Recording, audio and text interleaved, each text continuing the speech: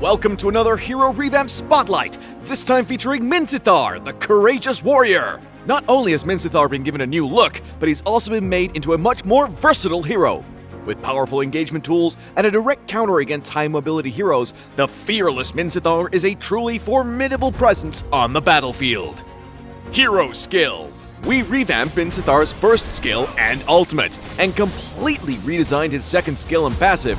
First skill, Spear of Glory. Minsithar thrusts forward with the Spear of Glory and stuns enemies at the tip of the attack. Minsithar then pulls back his spear after a brief delay, damaging enemies along the way. Prior to the revamp, Spear of Glory only pulled the first enemy hero hit on its way back. The revamped version now pulls all enemy heroes the spear hits on its way back to Minsithar. Second skill, Shield Assault. The new Shield Assault provides Minsithar with enhanced damage and damage reduction. Shield Assault deals damage to enemies in an area and slows them. It no longer shields Minsithar or stuns an enemy, but will instead put Minsithar in the Phalanx state, reducing damage taken from the front and enhancing his basic attacks into rapid strikes that deal AoE damage. Ultimate King's Calling.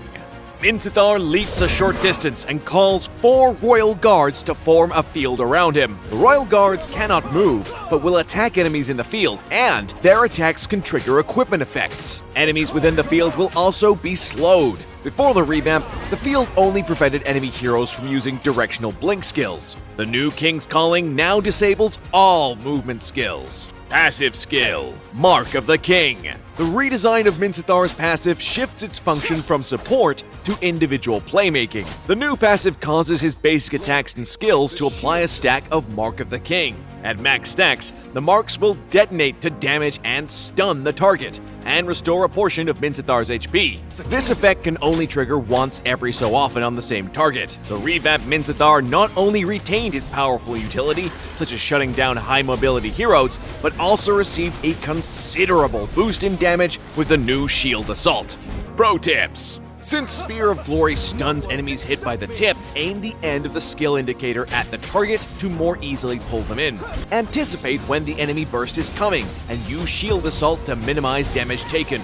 Shield Assault's enhanced basic attacks benefit from attack speed, so Minsithar with a damage build can have incredible burst in the late game. Target key heroes with King's Calling to cripple their mobility in battle. Combo tips.